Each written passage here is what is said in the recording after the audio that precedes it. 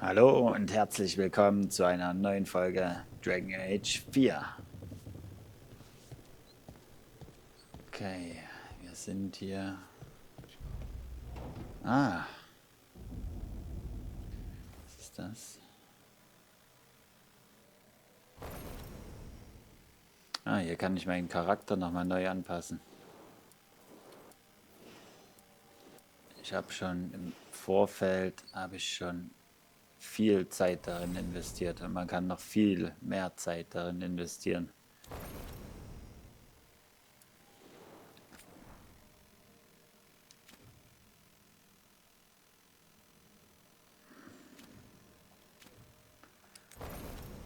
Sich dann den Charakter zusammenzustellen. Auf jeden Fall sind da unbegrenzte Möglichkeiten. Man kann hier den Kopf formen, Stirn, Wangen, Kinn, Kehlkopf. Den ganzen Körper kann man anpassen. Augen, Augenbrauen, Wimpern, Nase, Mund, Ohrenposition, Haare und Frisuren, Make-up, Tätowierungen, alles. Ja, und das ist bei mir rausgekommen.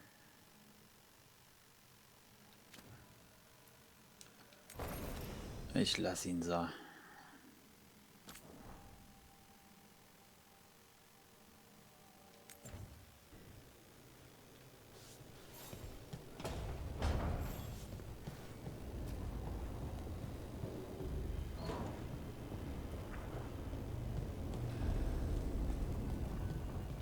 Was haben wir hier? Kodex. Einführung in den Leuchtturm. Okay.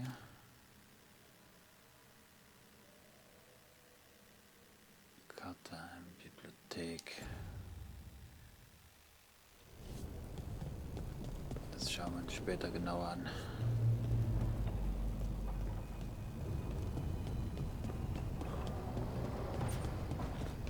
Okay, hier ist der Tisch, von dem sie geredet hat, an dem wir uns treffen sollen. Hier gehen noch mehr Türen auf.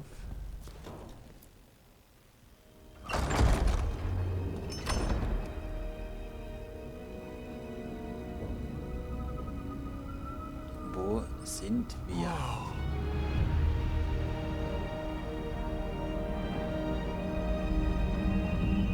Am Leuchtturm.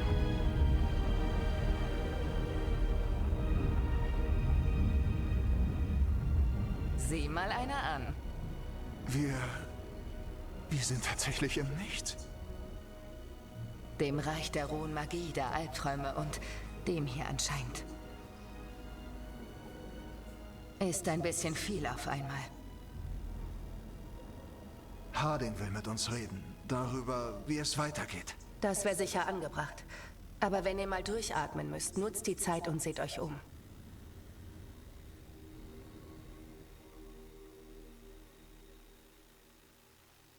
Natürlich werden wir uns mal umsehen. Gucken, was es hier alles gibt.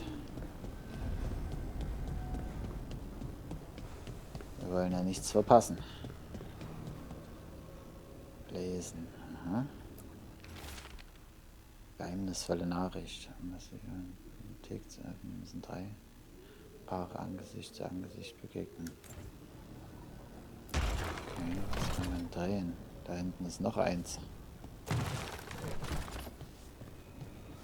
Okay, vielleicht kann ich das in die Richtung drehen. Und dann zu dem anderen gehen.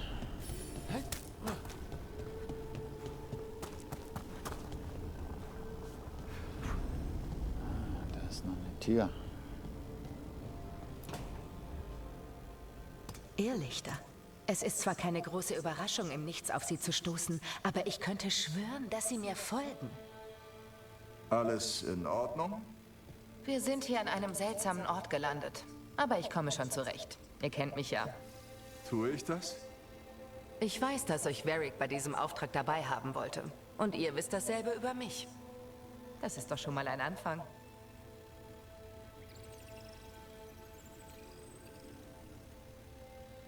Ja, Ihr habt recht. Und gemeinsam kriegen wir das hier schon hin. Ganz bestimmt. Ich bin mir sicher, es wird das reinste Kinderspiel. Ihr macht euch viele Notizen. Worüber eigentlich? In letzter Zeit? Über das, was wir wissen, beziehungsweise wussten, bevor Solus alles über den Haufen geworfen hat.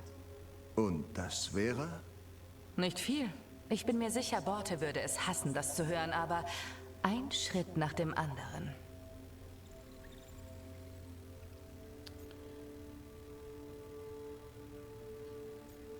das wird nicht reichen. Na dann, Schritt 1, herausfinden, was wir verfolgen. Okay.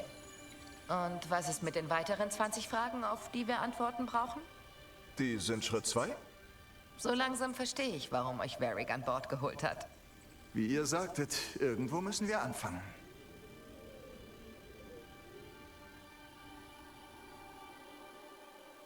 Okay, wir befinden uns im Nichts. Wie kommen wir da wieder raus?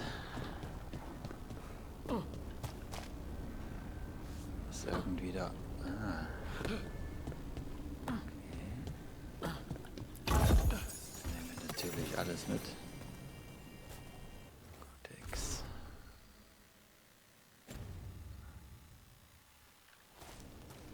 Genau dahin.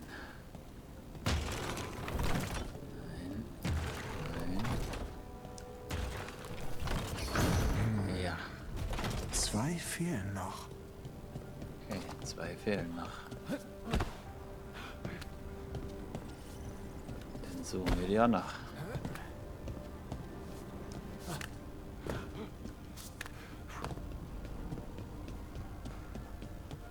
Was ist hier drin?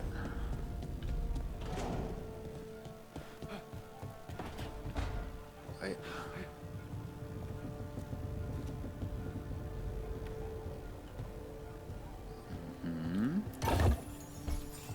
Schön. Ein bemalter Topf.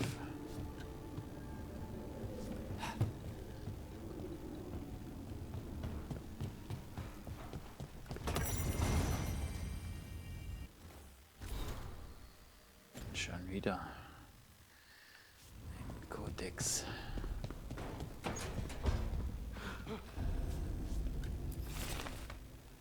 Kaiserliches Tuch. Auch gut.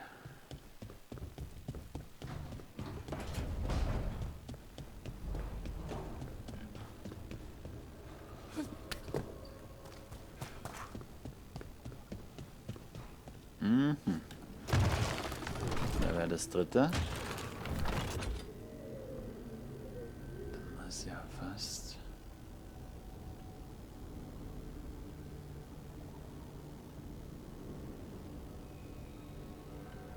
Die Richtung zeigen.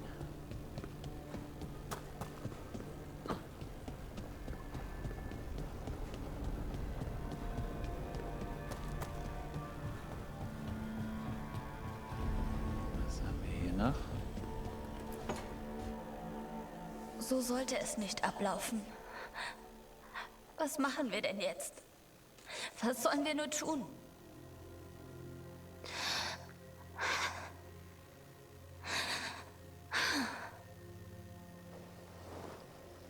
Harding? Oh, hey Rook. Wie geht's euch? Das sollte ich wohl eher euch fragen. Ihr wurdet meinetwegen verletzt. Wir wussten, worauf wir uns einlassen. Dass es gefährlich wird, das war uns allen von Anfang an klar. Es gibt so viel zu tun. Wir müssen einfach weitermachen. Seid ihr euch sicher, dass es euch gut geht? Ihr solltet euch vielleicht lieber noch ausruhen. Ja, Rook, mir geht's bestens. Ich hab nichts. Mir ist einfach nur ein bisschen schwindelig und das legt sich schon wieder. Harding, ihr könnt nicht einfach... Ach nein? Das werden wir ja sehen. Wir müssen zurück zur Ritualstätte, nicht wahr? Hören wir also auf, uns Sorgen um mich zu machen und gehen es an. Holt mich einfach hier ab, wenn wir aufbrechen können.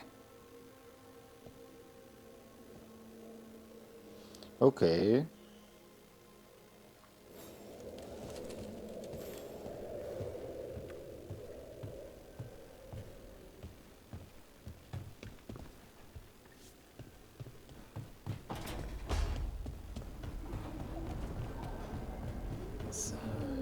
das andere Teil irgendwo hier rüber gezeigt. Ha! Okay. Nein.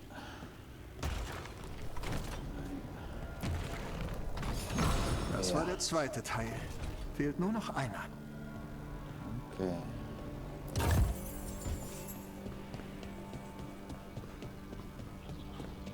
Da haben wir noch welche.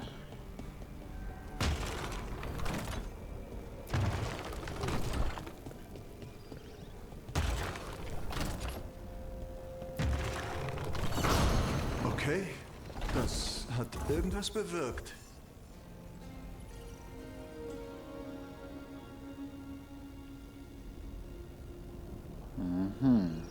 Die 4 Gesichter müssen sich entgegensehen. Und jetzt ist die Tür geöffnet. Im Inneren. Lasst die Mitteilung. Seht ihr schon diesen Ort? Geplant.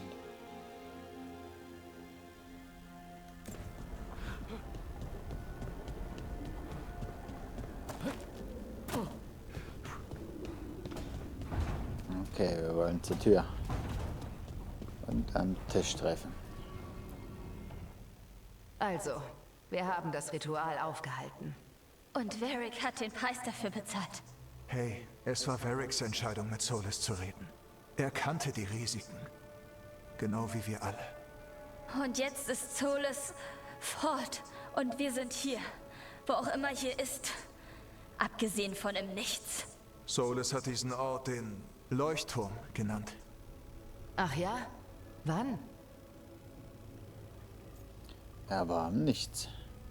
Tut mir leid, das war, als ich bewusstlos war. Solis ist mir im Traum erschienen. Wirklich? Ein Glück, dass es euch gut geht. Soweit ich es sehen konnte, sitzt er jetzt im Nichts fest. Also nicht hier, sondern in einer Art Gefängnis. Seid ihr euch sicher, dass ihr das nicht einfach nur geträumt habt? Das wäre absolut nachvollziehbar. Solis ist fähig, im Traum mit anderen zu reden. Sie sogar zu töten. Er meinte, dafür wäre unsere Verbindung nicht stark genug. Er konnte mich nur erreichen, weil ich geblutet habe, als ich an der Ritualstätte das Bewusstsein verlor. Dann setzt Solis also Blutmagie ein. Wie es jeder normale Magier auch tun würde, um mit eurem Verstand zu spielen. Er ist aber kein normaler Magier. Ich habe es euch doch gesagt. Er ist ein Elfengott. Dass er ein nettes kleines Ritual zustande bringt, macht ihn noch lange nicht zu einem Gott. Er ist kein Gott. Wir alle wissen, dass er kein Gott ist. Aber es geht einfach schneller, ihn so zu nennen, als jedes Mal altelfischer Magier zu sagen. Also gut. Fakt ist, wir haben das Ritual aufgehalten und scheinen vorerst außer Gefahr zu sein. Seid ihr euch sicher, dass Solis euren Verstand nicht mit Hilfe von Blutmagie manipulieren kann? Ich bin mir in überhaupt nicht sicher. Und wir sind leider nicht außer Gefahr. Wie meint ihr das? Solis hatte 2 der anderen Elfengötter eingesperrt. Als er gefangen gesetzt wurde, sind sie entkommen. Dann sind diese Dinger, die wir aus dem Nichts kommen sahen, als das Ritual außer Kontrolle geriet, also... Es sind... Elganan und Gillenane. 2 der Altelfengötter, gegen die Solis rebelliert hatte. Ja. Sie sind stärker. Als ich mit ihm gesprochen habe, hatte er Angst vor ihnen. Er sagte, sie seien schreckliche Tyrannen. Tyrannen, die derart mächtig sind, dass sich die elfische Geschichte als Götter an sie erinnert. Solis meinte, Elganan und Gillenane hätten Macht aus der Verderbtheit gezogen und wurden dabei selbst verderbt, woraufhin er sie eingesperrt hat. Dann haben wir es jetzt also anstelle eines Gottes mit 2 zu tun. Und sie sind nicht nur mächtig, sondern auch verderbt. Wir müssen da raus und sie aufhalten. Einfach so? Ohne Varric? Und obwohl ihr erst wieder auf die Beine kommen müsst? Mir geht's gut. Wir können hier nicht einfach nur untätig rumsitzen. Wir müssen Nachforschungen anstellen, rausfinden, womit wir es zu tun haben, bevor wir blindlings losstürzen und alles noch schlimmer machen. Und wie viele Leute sollen noch verletzt oder getötet werden, während wir Zeit mit Nachforschungen vergeuden? Mording hat recht. Wenn Elganan und Gillenane tatsächlich schlimmer als Solis sind, haben wir keine Zeit zu verlieren. Wir müssen handeln, und zwar jetzt. Wir haben keine Ahnung, wozu sie fähig sind oder was sie wollen. Wir wissen ja noch nicht mal, ob Solus die Wahrheit erzählt. Ich sage ja auch nicht, dass wir unvorbereitet losschlagen sollten. Aber wenn sich uns diesmal eine Chance bietet, ergreifen wir sie. Also gut. Der letzte Ort, an dem wir sie gesehen haben, war die Ritualstätte. Der Illuvian hat uns von dort hierher gebracht, statt zurück nach Manwethis. Wenn wir Glück haben, kommen wir durch ihn also auch wieder dorthin zurück. Harding, fühlt ihr euch dem schon gewachsen? Natürlich. Ich werde bestimmt nicht untätig zusehen, wie ein paar Elfengötter die Welt vernichten, nur weil ich Kopfschmerzen habe. Na dann, kehren wir zur Ritualstätte zurück. Der Illuvian steht in einem speziellen Raum. Er ist direkt die Treppe runter.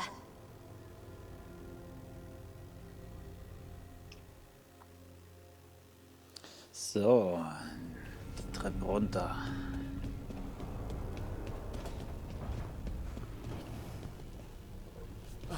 Dann müssen wir auch die Treppe runter gehen. Da.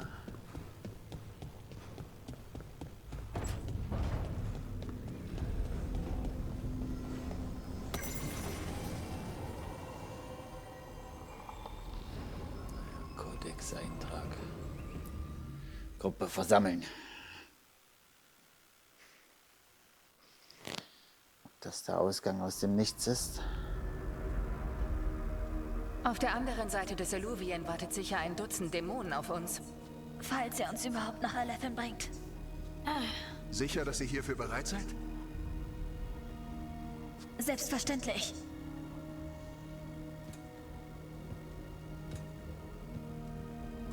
Na dann.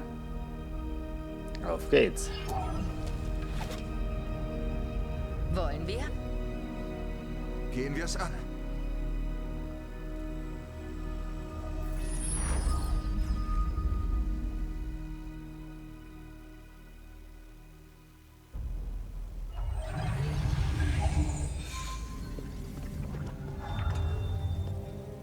Alles ruhig? Das ist allerdings überraschend. Die Ritualstätte. Aber wenn die Götter entkommen sind, sind sie jetzt fort. Na dann sehen wir uns um. Vielleicht finden wir ja etwas.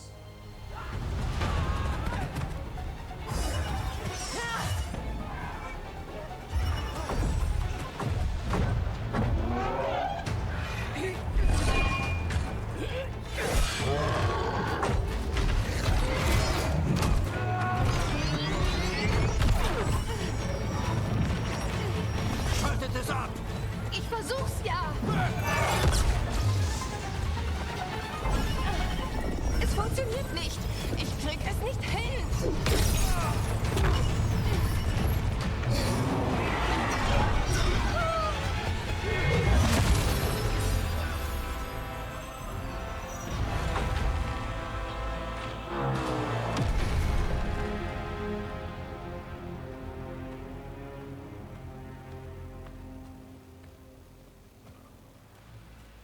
Strife, Irilyn, ich bin's, Borte Harding. Harding? Was führt euch denn wieder nach Alephen? Das ist kompliziert. Was ihr nicht sagt. Rook, Neff, das sind Strife und Irilyn. Varric und ich sind ihnen zu Beginn unserer Jagd nach Solus begegnet. Sie sind Schleierspringer, Experten für Altelfenmagie. Experten? Wohl kaum. Ich hab's ja nicht mal geschafft, dieses Artefakt abzuschalten. Tut mir leid, Tareth. Es ist nicht eure Schuld. Seit der Himmel aufgerissen ist, wogt die Magie hier auf. Artefakte, die jahrhundertelang geruht hatten, werden wieder aktiv. Das liegt an Fan Harrells, Verzeihung, an Solus Ritual, nicht wahr? Ihr alle wolltet ihn doch aufhalten. Wir haben es versucht. Wir haben Solus gefunden und verhindert, dass er sein Ritual vollendet. Nur ist dabei etwas schiefgelaufen. Die Magie ist außer Kontrolle geraten und Solus wurde ins Nichts gerissen. In eine Art Gefängnis. Während gleichzeitig etwas oder jemand anderes entkommen ist. Elganan und Gillenane. Vermutlich. Mythalenast. Die Rückkehr unserer Götter. Der Evernuris. Wenn diese beiden wieder auf der Welt wandeln, dann erklärt das so einiges. Wie zum Beispiel? Dass Artefakte nach Jahrhunderten wieder aktiv werden. Es bedarf dafür einer Quelle gewaltiger, magischer Energie. Wie zwei unserer alten Götter. Was wisst ihr über diese Götter? Könnt ihr uns irgendetwas über diese Götter erzählen? Solus mag vielleicht ein Bastard sein, aber verglichen mit den Evanuris, sagen wir einfach, sie waren nicht dafür bekannt, sonderlich gütige Herrscher gewesen zu sein. Solus hatte nicht grundlos gegen die Evanuris rebelliert. Und er hat sie auch nicht grundlos eingesperrt. Aber nun, da sie entkommen sind... Tareth ist in schlechter Verfassung. Wir müssen ihn zurück ins Lager bringen. Es werden immer noch Dutzende Schleierspringer vermisst. Wie können wir euch helfen? Wir müssen Bellara Luther finden. Niemand kennt sich mit unseren alten Artefakten besser aus als sie. Und damit sie in die Luft zu sprengen. Sie war gerade aufgebrochen, um nach einem anderen Artefakt zu suchen, als durch dieses Ritual alles aus den Fugen geraten ist. Wenn jemand all diese wilde Magie und die Artefakte, die durch sie aktiviert werden, in den Griff bekommen kann, dann sie. Also gut, dann bringt ihr euren Freund zurück in euer Lager, während wir Bellara ausfindig machen.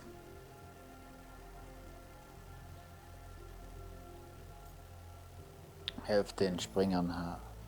Harding, kann ich euch bitten, bei Strife und Irulan zu bleiben? Was? Nein, ich komme mit euch. Ihr seid eine fantastische Schützin, Harding. Ihr könnt den Schleierspringern hier helfen. Sie brauchen euch. Na schön, wenn sie mich tatsächlich brauchen. Wir treffen uns dann im Lager der Schleierspringer. Es liegt direkt südlich von hier. Bellara ist bei einigen Elfenruinen im Westen. Oder war es zumindest vor 3 Tagen. Ich an eurer Stelle würde dort mit der Suche beginnen. Viel Glück, Rook. Und danke.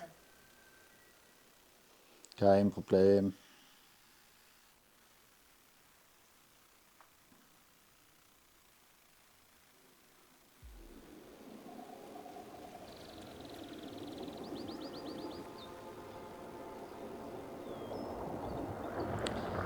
Elfenruinen.